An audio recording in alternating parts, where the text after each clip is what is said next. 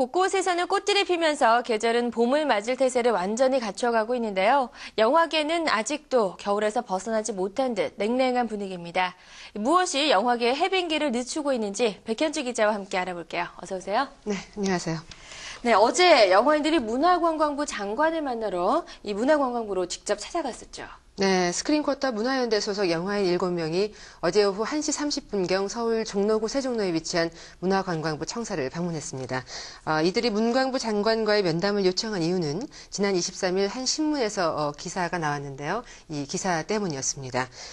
지난 23일자 이 신문의 보도에서 이제 스크린쿼터가 한미 FTA 빅딜 협상카드, 즉, 버릴 수 있는 와리프 협상카드로 분류되어 있다는 기사를 접한 영화인들이 반발을 했고요. 네. 또 이 보도의 내용이 사실인지 확인을 하고 주무부처인 문광부 장관 또 문광부 입장을 재차 확인하기 위해서 방문을 했습니다. 네, 지금 화면이 나가고 있는데 어제 영화인들과 문화관광부 관계자들이 만났고 또 대화를 한 것 같은데 어떤 이야기들이 오고 가는지 궁금하고 분위기는 어땠나 궁금한데요. 네, 문광부 장관을 만나 입장을 듣기 위해서 갔던 영화인들은 지금 대변인이 나오고 있는데요.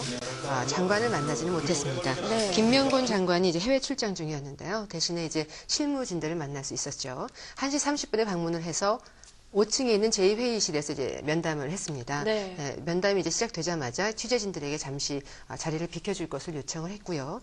취재진들이 밖으로 나간 사이에 이제 밀실 회의가 진행이 됐습니다. 한 40분간 진행이 됐었는데, 때로는 이제 큰 소리도 좀 오고 가기도 했어요. 네. 근데 이제 협상하는 과정에서 도대체 어떤 이유로 큰 소리가 오고 갔었는지 밖에서는 좀 우려를 하기도 했었는데, 면담을 마치고 나서 영화인들이 왜 그렇게 됐었는지에 대해서도 이제 입장을 얘기를 했습니다. 문광부가 좀 더 적극적인 태도로 이 스크린쿼터 관련해서 좀 해줬으면 좋겠다.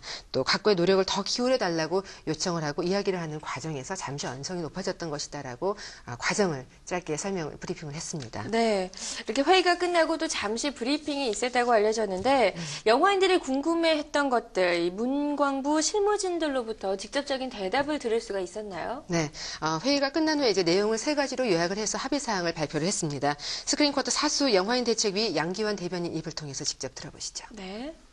말하면 한겨레 신문 그건 오보였고 사실과 다르고 그다음에 문화부 절대 입장 바뀐 거 없고 반드시 미래부 관철시켜내겠다. 그다음에 3번째 이를 위해서 다각도로 노력을 하겠다. 이겁니다. 네, 신문에 밝혀졌던 내용은 사실이 아니다라고 지금 밝히셨는데 네. 이 대변인이 미래 유보라는 말을 조금 전에 사용을 하셨는데 미래 유보는 어떤 뜻인가요? 좀 이제 어렵죠, 용어가. 일단 좀 설명을 드린다면 지난해 7월 이전까지는 스크린쿼터 제도에 따라서 이제 각 영화관에서는 연간 상영일을 40%에 해당하는 146일 이상을 한국 영화로 상영을 했습니다. 네. 그런데 스크린쿼터가 이제 축소가 됐잖아요. 146일에서 73일로 이제 축소가 돼서 시행이 되고 있는데 미래 유보란 스크린쿼터 일수를 앞으로 조절할 수 있는 여지를 남겨두는 그런 방안입니다. 그러니까 여지가 있다는 뜻이네요. 예, 그렇죠. 미래 유보가 될 경우에는 향후 한국 영화 점유율이 만약에 떨어지게 된다면 스크린쿼터 일수를 회복할 수 있는 가능성도 남게 된다는 뜻이거든요. 네. 반면에 이제 현행 유보라는 것이 있는데요. 현행 유보라는 것은 이제 현재 수준 그대로를 유지한다는 것을 말하죠. 이미 73일로 축소 시행되고 있는 스크린쿼터가 현행 유보가 된다면 일수를 추가로 늘릴 가능성은 희미해집니다. 네. 다시 말해서 향후 추가 규제는 불가능한 반면 추가 축소만이 가능해진다는 겁니다.